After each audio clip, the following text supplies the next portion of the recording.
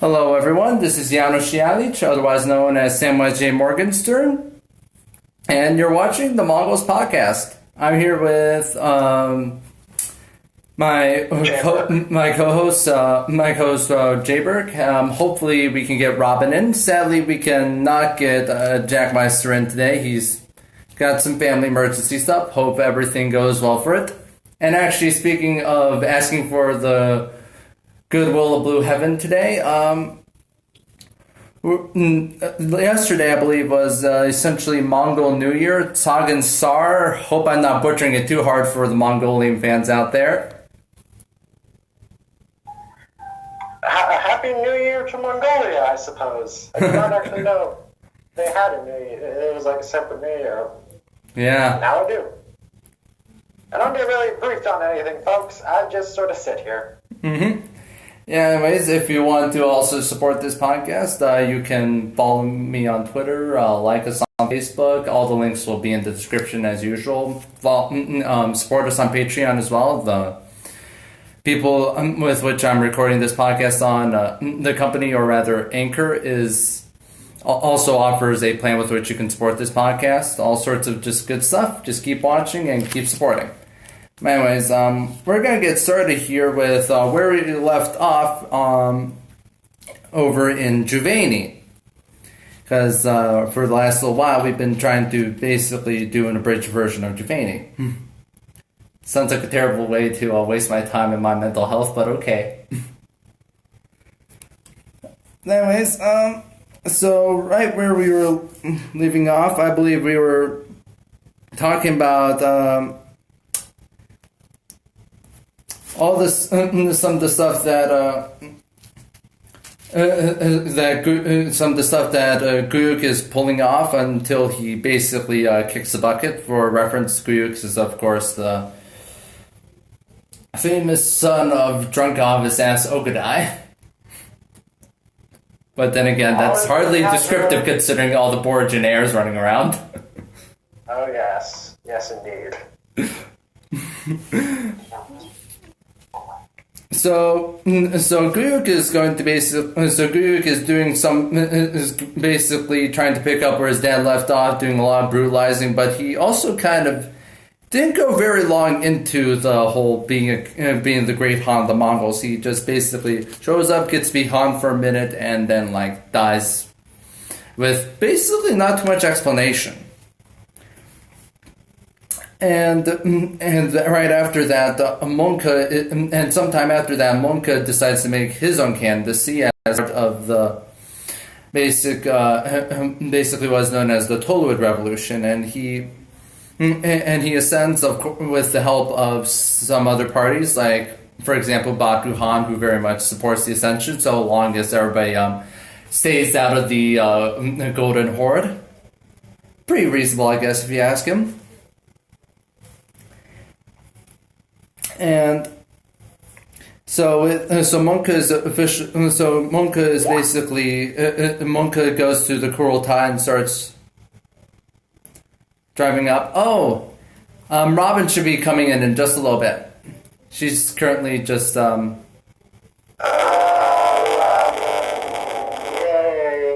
I'm so tired. It happens.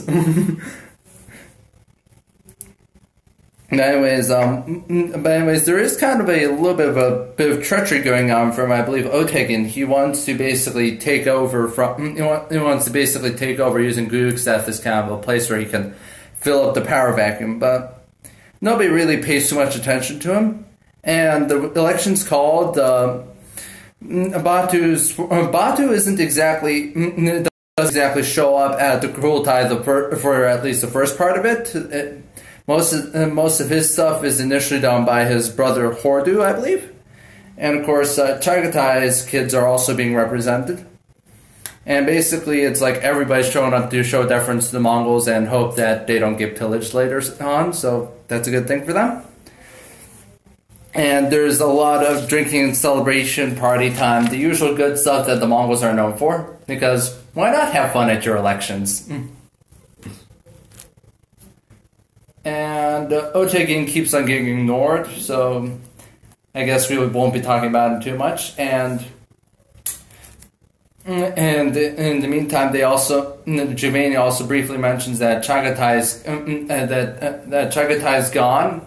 He died in about 1240 and was succeeded by Kara Ogle.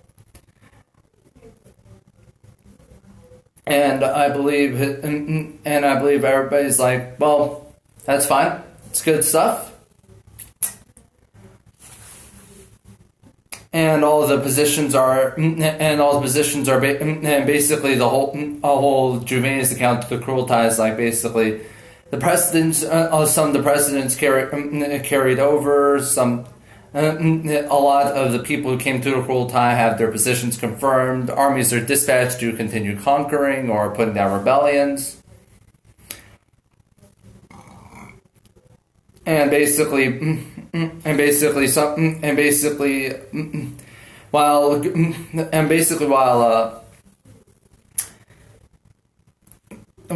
Monka is trying to get elected, he's also being challenged. Ogo Gamish, Guguk's wife, is trying to basically secure an election for her own son. But Batu is given a little bit special precedent over who's next because, yeah, he's a pretty good guy at that. And specifically, the son that Ogo Gamish wants to ensure that is succeeding to power is, I believe, Koja. But they tried to actually kill Monkud sometime around the Kurultai, but it doesn't exactly work out. So the deals are made,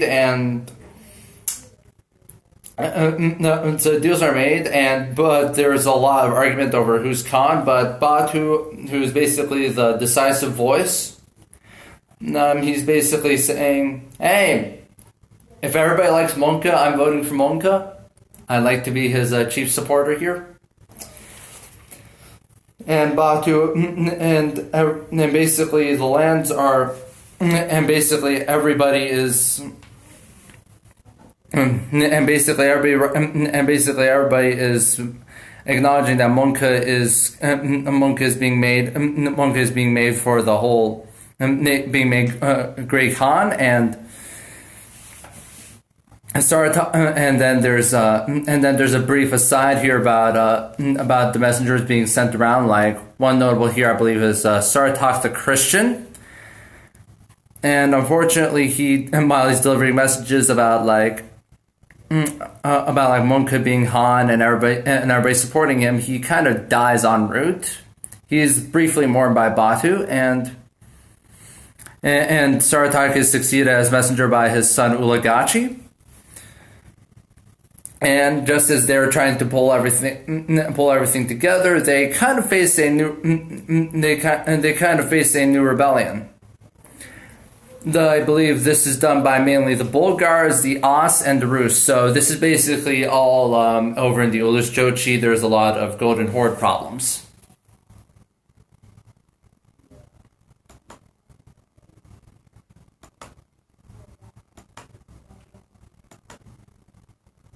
Jayberg? Yeah. Okay.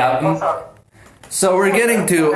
I thought I was worried that I didn't hear from you for a little bit. So, anyways, so you just kept talking. You had a flow going. I didn't want to interrupt. Yeah. So we've got a rebellion problem. It's over in Russia. The Bulgars, Os, and the Rus rebel. So this is basically going to be the problem of, I believe, Batu and eventually his brother and successor Berke Khan. And basically the Mongols show up, and I believe Monka and a bunch of the other Khans show up to help Batu, and they basically hit the Bulgars and the Rus like a freaking truck. It's just nothing good for them, everything good for the Mongols, and basically the Kipchaks are wiped off the face of the earth, and the Kipchaks at least in the first time around 1240, a good chunk of them were basically fleeing all the way to Hungary. And they had an interesting reception in the sense of they were accused of helping the Mongols, and their leader got murdered or something like that. And this led to a lot of tensions between the Cumans and Kipchaks and the Hungarians that basically left them completely powerless against the Mongols when they showed up in about 1240. And the Mongols absolutely slaughtered the Hungarians at the Battle of Mohi, and they basically spent the next couple of years pillaging Hungary and basically making an absolute mess of things. And then there's a bit more on Chagatai, and just generally like how the Mongol Empire is basically safely functioning. At least like on the down low, like the little stuff like the trade is working, the roads are working. The Hans, that's another story entirely. They're kind of trying to get up in each other's beeswax. Not great. That's something the Han. Yeah, that's something they're kind of known for. Yeah. And they kind of go, and I believe here they're trying. We're still kind of on the back timeline of pre-Monka stuff, and I believe there's a little bit of a feud between Yesu and Monka, and it's basically like, and this is why still Guyuk is in power, and it's basically like the whole of Monka's like, I don't like you, and Yesu's like, well, I don't like you either. But Yesu's trying to curry favor with Guyuk, and of course Guyuk is like, yeah, that's cool, I'll decide in this feud in favor of you, Yesu, because you're my guy, and y'all. And more or less that feud is basically settled up until Guyuk kicks the bucket. And eventually, and then immediately after Guyuk dies, Yesu kind of has a problem. Monka decided to enter into a room full of Yesu supporters and basically opened up with a lot of arrows on them. Time-honored Mongolian strategy. Indeed. And then after basically Monka is proven as the whole rightful successor to to being great Han of the Mongols, we have Juvaini going into the origins of the Khwarezm Empire. Of course, this is the same Persian Empire that Genghis decided to basically and shove silver down its throat. Not that it did deserve it. Very well earned. Didn't Genghis Khan do that to some regional king who pissed him off? He did that. He did that to a governor. The Persian governor basically slaughtered a bunch of Genghis merchants, and well, the Mongols don't like it when their merchants and diplomats get killed. So Genghis is like, you like my goods so much? How about you have a bunch of them like straight down your throat? And so the whole Khwarezmid line apparently starts with this guy by the name of Nush Tegin Garcha, and he is a slave actually of the ruling Persian dynasty, the Samanids. This is about, I believe, the 11th century. That sounds about right. Yeah, and he kind of has this great rags to riches story. Like it kind of seems a little bit of some bluffing, but anyways, he gets to ascend to be the governor of Khorasan. And the thing is, like with slavery, Khorasan, not Coruscant. This isn't the prequels. This is Khorasan, one of the founding regions of the Khwarezmid Empire. And he has many kids while he's doing his job. Most notably, I believe, Qutb ad-Din Muhammad. And at this point, they're trying to curry favor with, I believe, the Great Seljuk Empire. Ah, the Seljuks.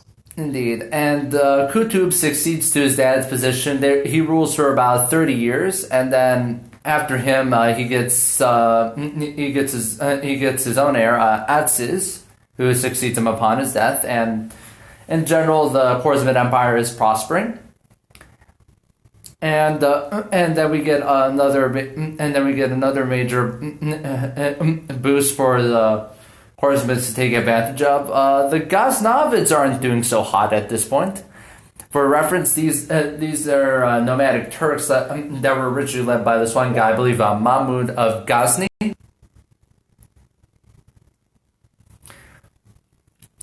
So obviously, Khorasan or the Khwarezmids are going to rather expand at basically the expense of the Ghaznavids while incurring favor with the Seljuks. So it's all good for them right now at the moment.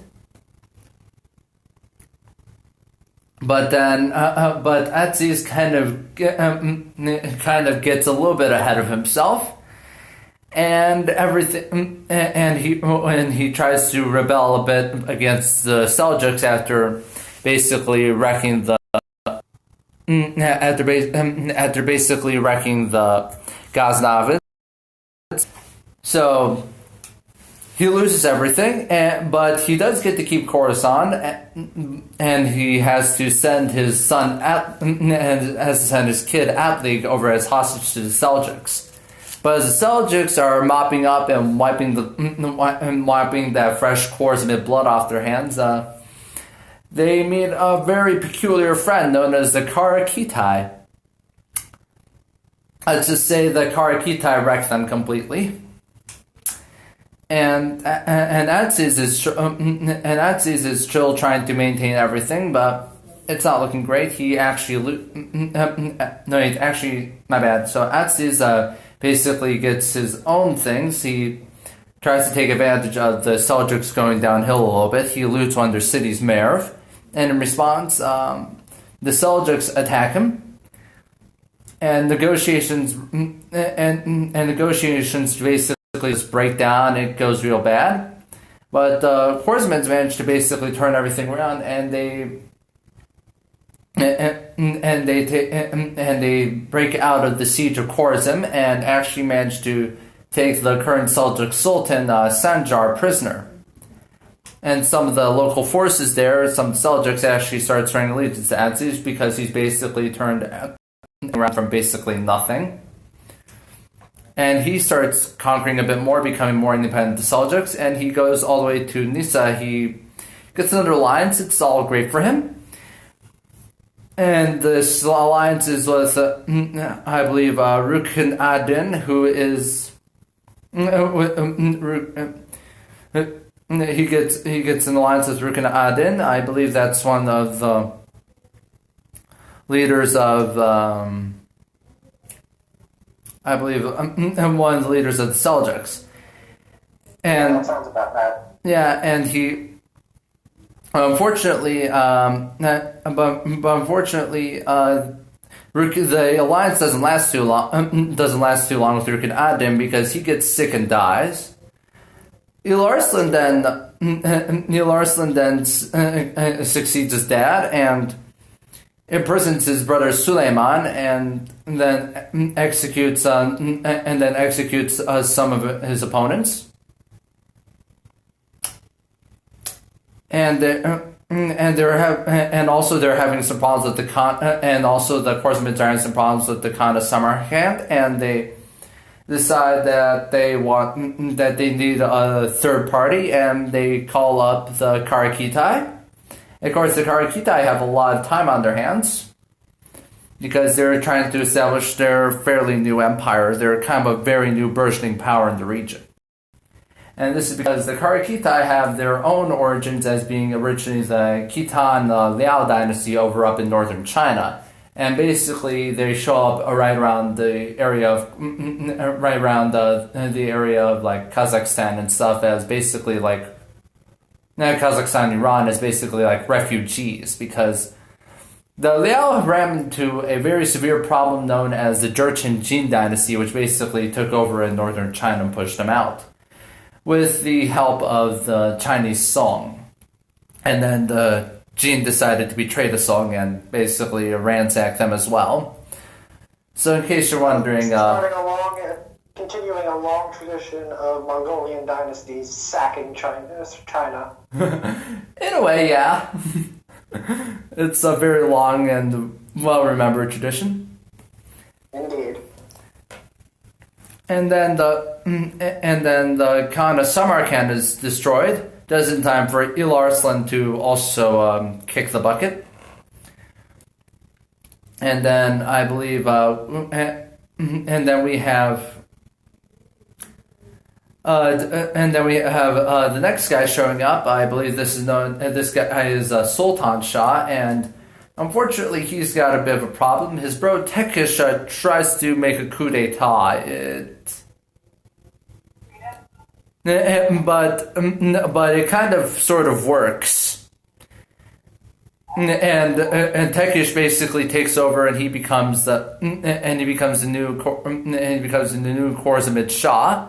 And Sultan Shah flees, and he tries to kiss up to another major power in the region, the Muayyid, and with the help of the Muayyid, he advances, I believe, on a city called Suburni. That sounds right, yeah.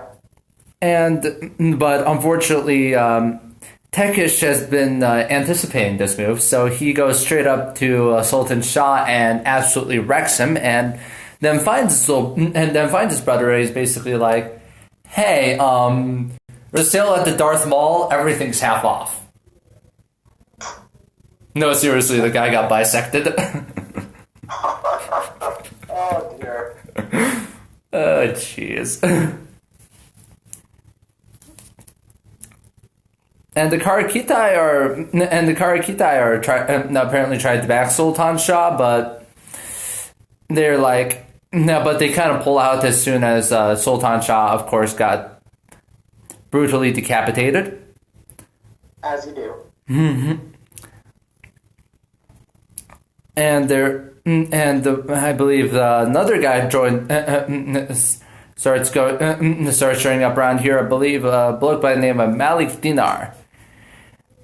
And he joins another guy over in the region by the name of Togan Shah, but he's trying to appeal to both to Tekish, of course, himself, and another important person in the region, another important power in the region, the Ghurids. They're another Turkish tribe that are sort of wandering around the area between between modern-day Iran and India, essentially the Hindu Kush, and they eventually become the foundation of the Delhi Sultanate. And basically after a bunch of crazy shenanigans,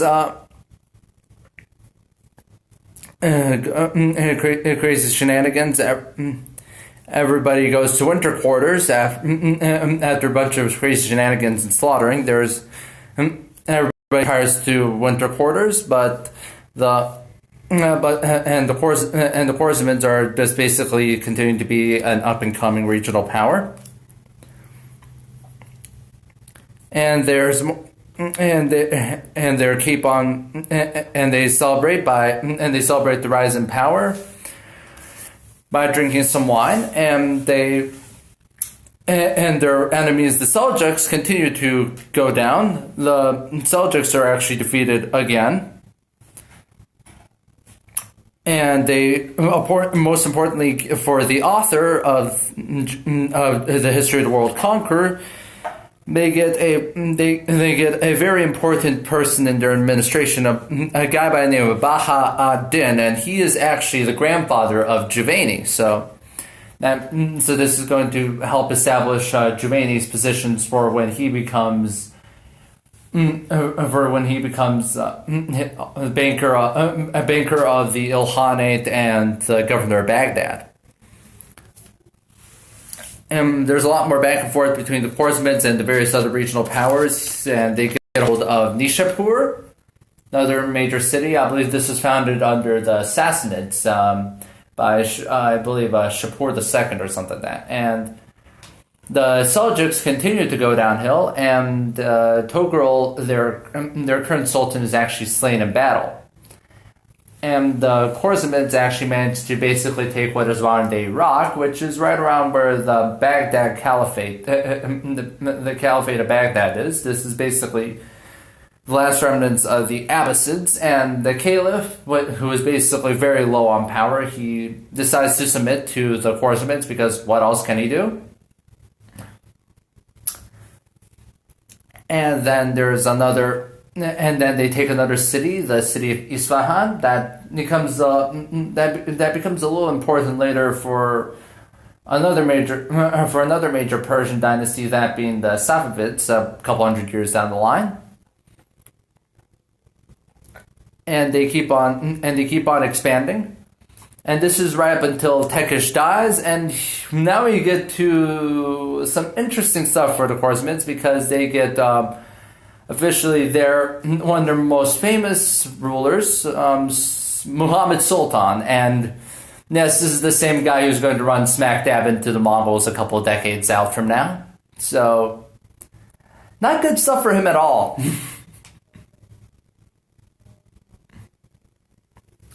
No, not particularly. Yeah. But initially everything is starting off pretty well for him. The Ghurids tried to fight him, and well, the Khwarezmids absolutely rip open the Ghurids and send them straight to India packing.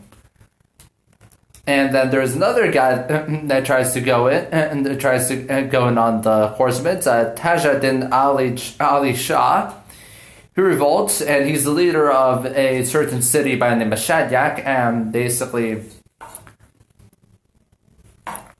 Oh, wait, he's actually the leader of the Ghurids. I mixed up. So he's the leader of the Ghurids.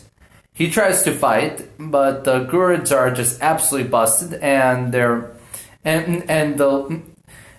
city of Shadyak, its walls get torn down actually by Muhammad Sultan, and then they have to send their son and then Tajuddin has to send his son as hostage. Oh, that apparently doesn't stop the Ghurids from trying again, so yeah, they keep on trying to revolt against their overlords, but losing anyway. Yay! So the Ghurids finally finally get to battle with Muhammad, but Muhammad decides to pull a little sneaky on them, feigns retreat, and absolutely wrecks them. And then Muhammad basically spends the rest of the stuff basically wrecking the Ghurids, forcing out bad governors, crushing revolts, just basically keeping the empire as stable as he can. And then, but the Ghurids managed to finally get some major stability by officially showing up in India and setting down their roots. And this is going to keep them in shape for a good long while. But initially, things kind of start off bad because their current leader at this point, Qutb ad-Din Aibeg, he actually kind of dies, and he kind of left his empire to his generals. Oh gosh, what? Who thinks that's a good idea? I did, said Alexander. Oh, shut up, Alex. That's why we can't even find your corpse. He didn't leave it. He didn't. To be fair, Alexander the Great did not leave his empire to his generals. That's just sort of what happened.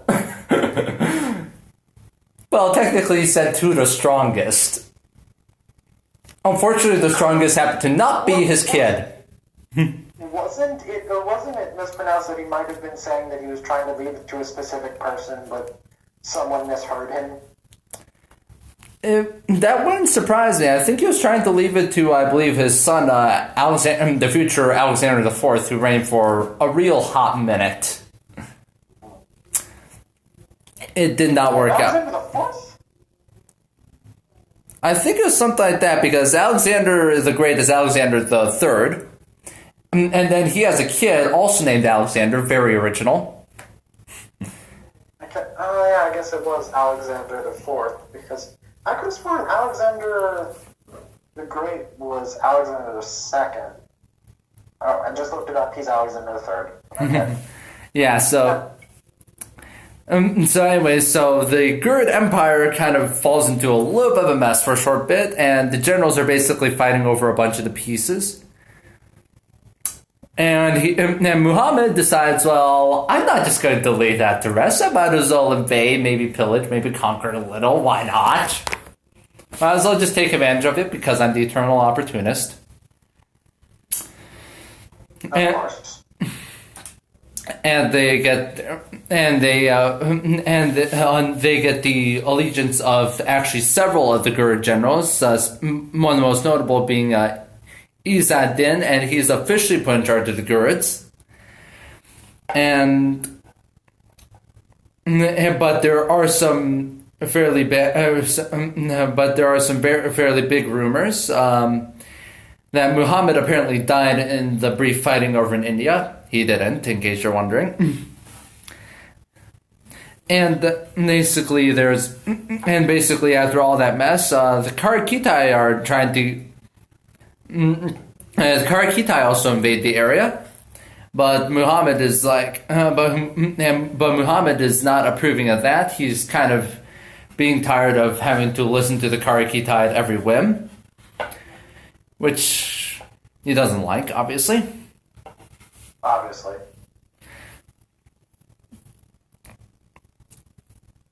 And there's but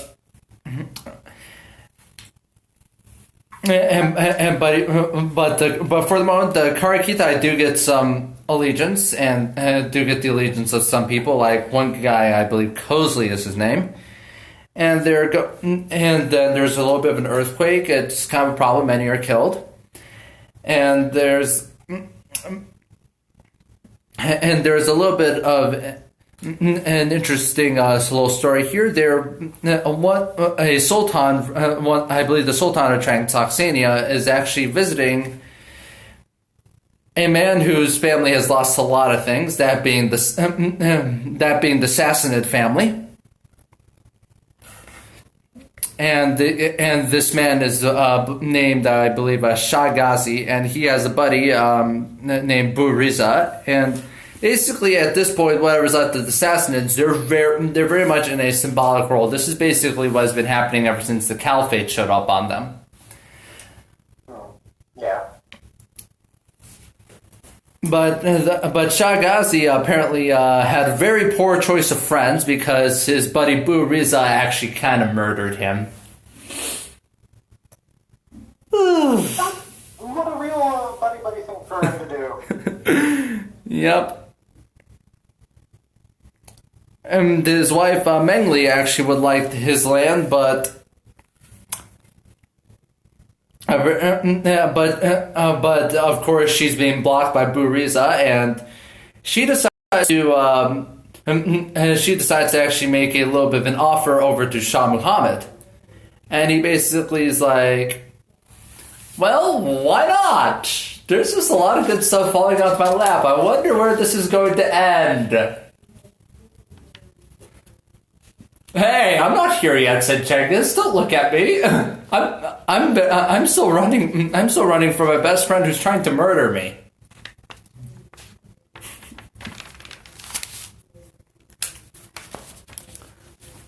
And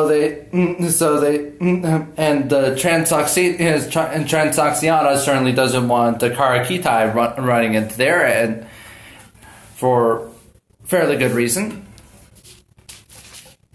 Because apparently they like Mengli, and I believe the Khwarezmids are basically busted.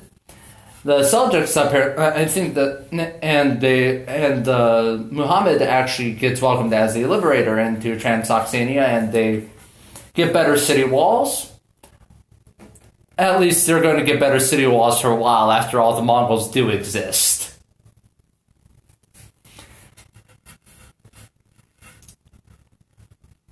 But the Khwarezmids are apparently not done yet, and they and they try to attack. Muhammad responds, and they basically all show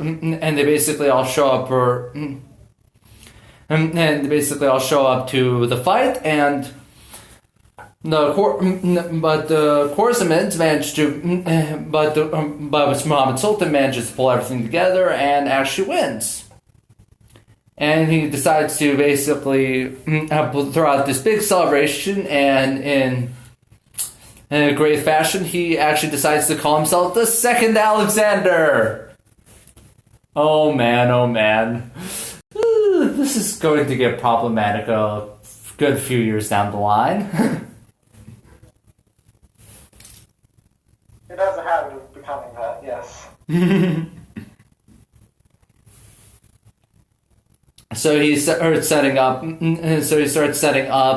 Some people as basically client kings. This one guy Sanjar, and then after appointing Sanjar, he of course says thanks be to Allah and all that good jazz. And then he hears about some problems with the unjust governor of Otrar. His name is Malik, and he's apparently corrupt. And he tries to work with the Karakitai, and then Muhammad Sultan throws him out. And then Muhammad Sultan then goes to more war with the Karakitai, and he kind of gets a very interesting friend by the name of Kuchlug. You see, Kuchlug is, of course, our famous Neyman refugee from the time when Genghis Khan decided to make himself great Khan of all the Mongols and throw everybody else out the window.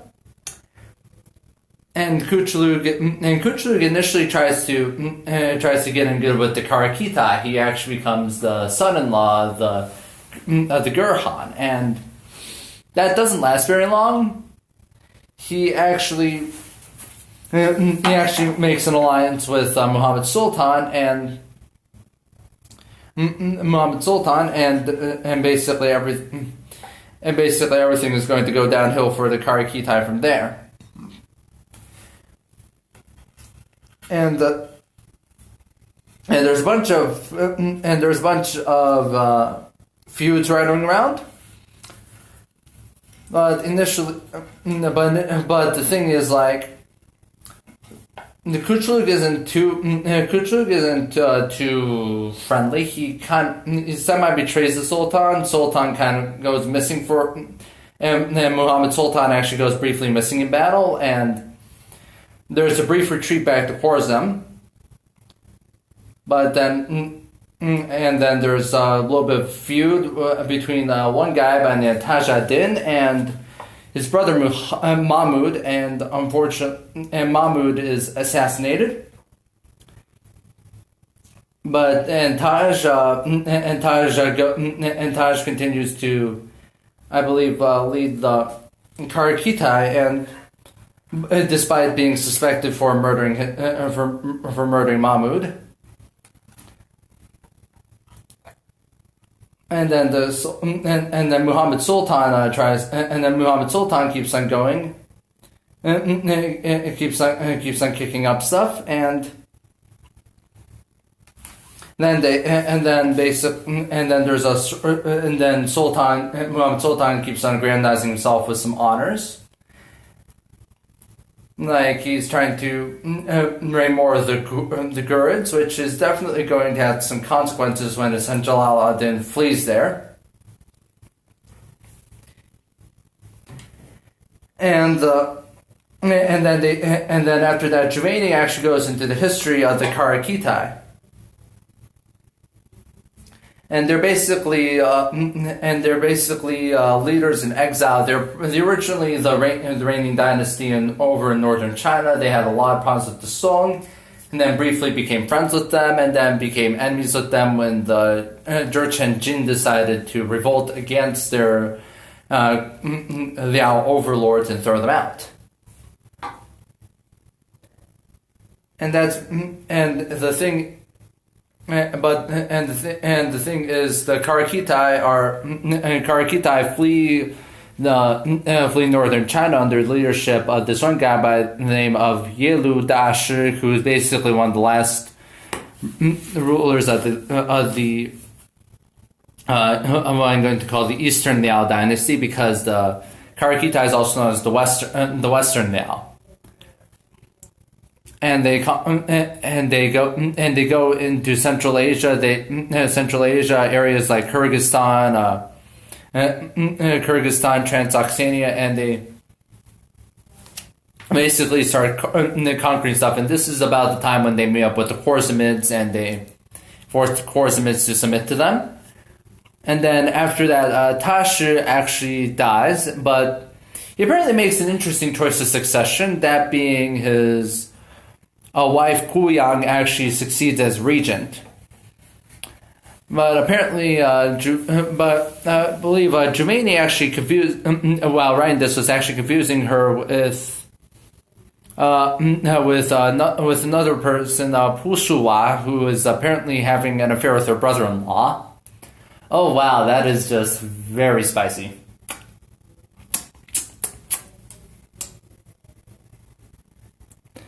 Very spicy indeed. And then after Guyang officially stops being regent, the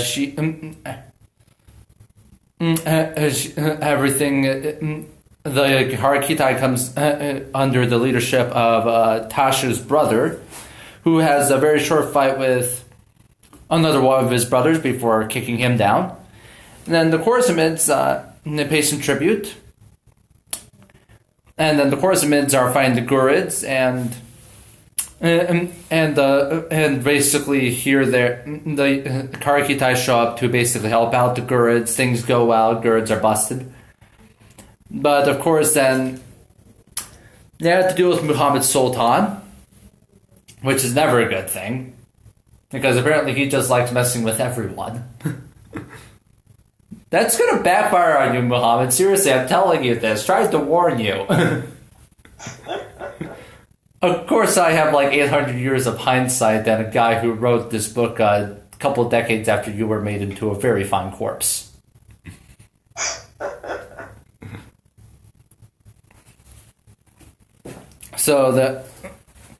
Anyways, Muhammad is for the moment doing fairly well, and he manages to kick out some fairly rebellious Kipchaks. Kick some rebellious Kipchaks, and then he gets them to be vassals, somewhat begrudgingly. And this is where, unfortunately, Kuchlug comes into the picture. So that's just going to make the Karakitai's problems all the better, isn't it? And they get another friend around here, a guy by the name of Usman, who swears loyalty to Muhammad, because apparently he was trying to get one girl to marry him, and it didn't work out very well. And then the Karakitai try to attack the Khwarezmids, but the Khwarezmids turn everything around. They beat Karakitai, and then Kuchlug basically comes in. He usurps the Karakitai throne, and he's not going to be very nice to the Muslim population. You see, the thing is, originally Kuchlug was actually, I believe, a Nestorian Christian as part of being a chieftain of the Naimans. But when he comes into the Karakitai Empire, he actually converts to Buddhism to marry the Gurhan's daughter. But then, of course, with this conversion to Buddhism, he decides to actually treat the Muslims in his empire with a lot less grace. Let's put it that way. Persecutes them a bunch, basically. And in the meantime, basically, Juvaini is basically talking about a lot of what he would call Muhammad's bad life choices. Basically, you have these semi-solid overlords as the Karakitai, and you basically betrayed the ever-living F out of them. And And Juvaini also basically decides to do a short little rant about the Abbasids. Not surprising. Not surprising considering what is going to happen to the Abbasids. And while Juvaini is very much still alive. Namely, Baghdad gets sacked and they get trampled on by a bunch of horses. Ow. Ow, indeed. Oh, and in case you're asking about the Abbasid books and the Abbasid hospital, oh yeah, they're kind of on fire. Thank you, Mongols.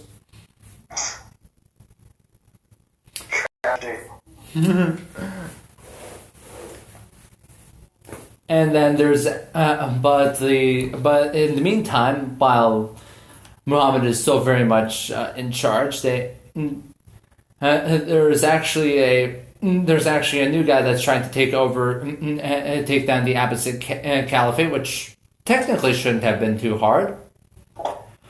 This guy's named Atabeg Saad, and he goes over there. He goes over there, but he kind of fails, even though the Caliph forces are absolutely busted. But it's basically the Khwarezmids show up as the protectors of the Caliph, and the Khwarezmid forces show up to basically restore order in the region, and they basically kick Atabeg Saad, and he's forced to send his son over to Sultan Muhammad as a hostage. And he keeps on trying to kiss up to Muhammad to hope to not get on his bad side. It doesn't exactly work out too well. In the meantime, Muhammad gets a very interesting email. It's from Genghis. Hey, I'm trying to trade with you guys. I've actually sent this caravan over to Otrar. Hope you guys treat them fairly nicely. Of course, a lot of us know where this is going.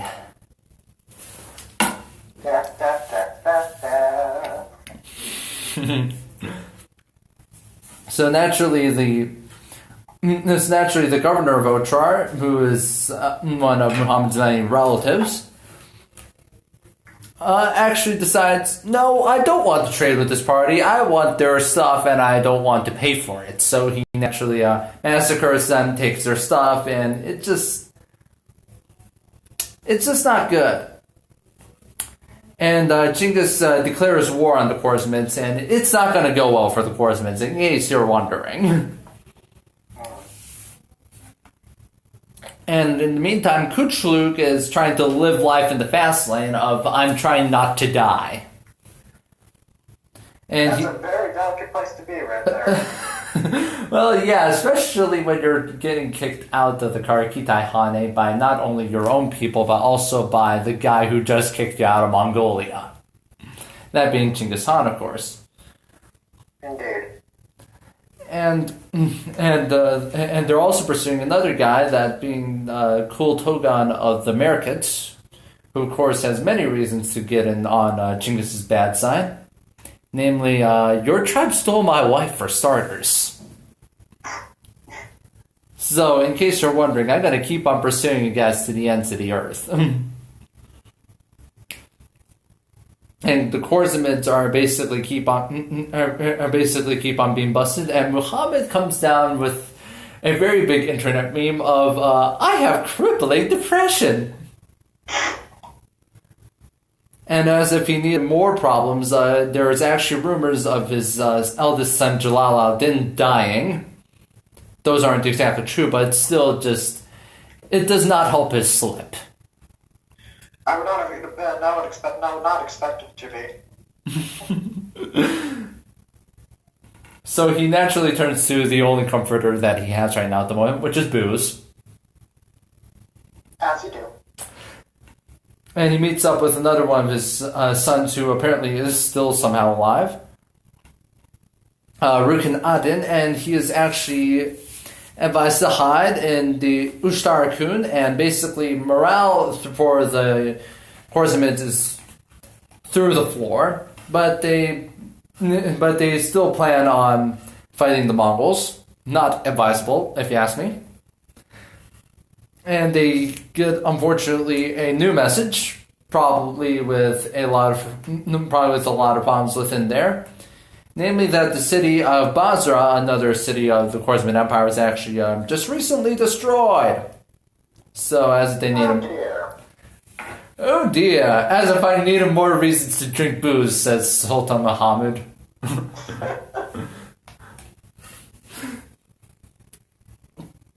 And they eventually go over to they manage to flee all the way to the Caspian Sea while the Mongols are still in pursuit. And there, Sultan Muhammad succumbs to all his alcoholism and crippling depression, and finally just straight up dies. As you do. But the good news that he leaves here is that his funeral was attended by Jalal ad-Din, and he very much was mourning his dad, obviously.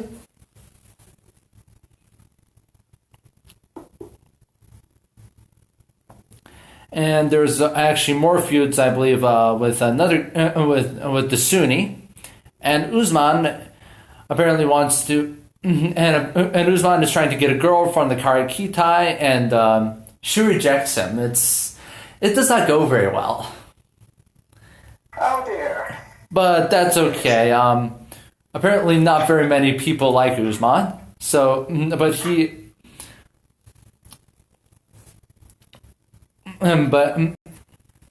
But of course,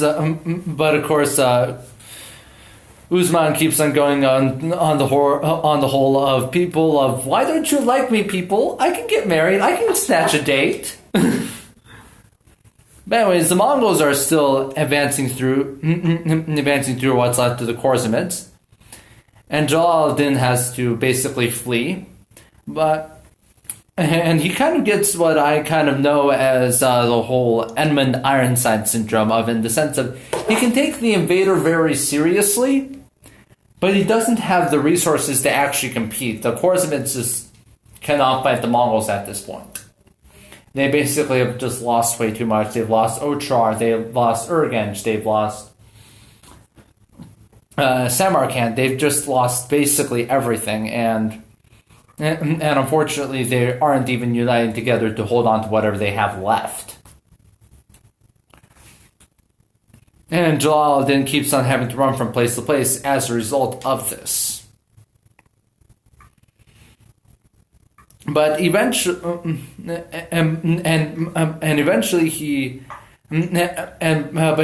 after fleeing from the Mongols as much as he can, he actually gets all the way to the Ghurids. And the Ghurids basically take him in as a refugee because they're still owing some sort of vassalage to the Khwarezmids. Or they could just basically keep them on to the Mongols and basically said, hey, Mongols, just leave us alone, let us manage our own thing. I guess they decided to be nice to Jalal today. And I believe their current leader at this point, a guy by the name of Amin, actually gives... Amin Malik, he actually... No, wait. I'm messing up. So, Jalal ad-Din is actually... And Jalal ad-Din gets an ally by the name of Amin Malik, who's leading a totally different group, not the Ghurids. And he... I fucked up something. Oh, shit. It happens. Anyway, so, Amin Malik, he... Elfman, I think you muted yourself. Oh, geez, did I? Unless I've muted you. Oh, I know what's happening. Yeah, we're good. Shit. Yeah, back to normal. I can hear you. Okay. Okay, we're good. So Jalal ad-Din, somewhere around India, gets his reinforcements from his buddy Amin Malik, who also marries his daughter to him. And then the Ghurids also decide to show their support, and they send their troops to help out Jalal, and they managed to actually defeat the Mongols. I believe this is where they managed to defeat the possible writer of The Secret History. Right now his name is escaping me. It happens. And Chinggis is, of course, pissed. because it's like, I don't like Mongols losing, so he sent another army, and they unfortunately lose. But in the wake of this victory, they kind of start feuding over a horse, and Jalal tries to kind of stay out of the feud. That doesn't exactly work out too well.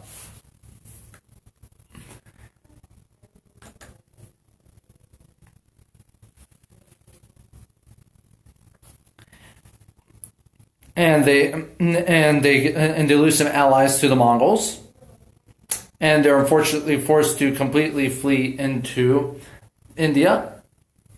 And they're doing basically whatever they can to make a good fighting withdrawal.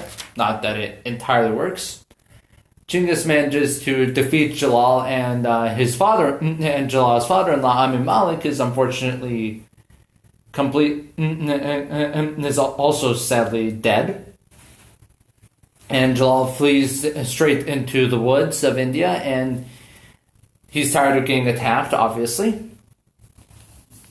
And then the current Gurd leader, Shamsad-Din of Delhi, actually hears of him, and he decides to invite Jalaluddin over for dinner. And things are actually going over fairly well.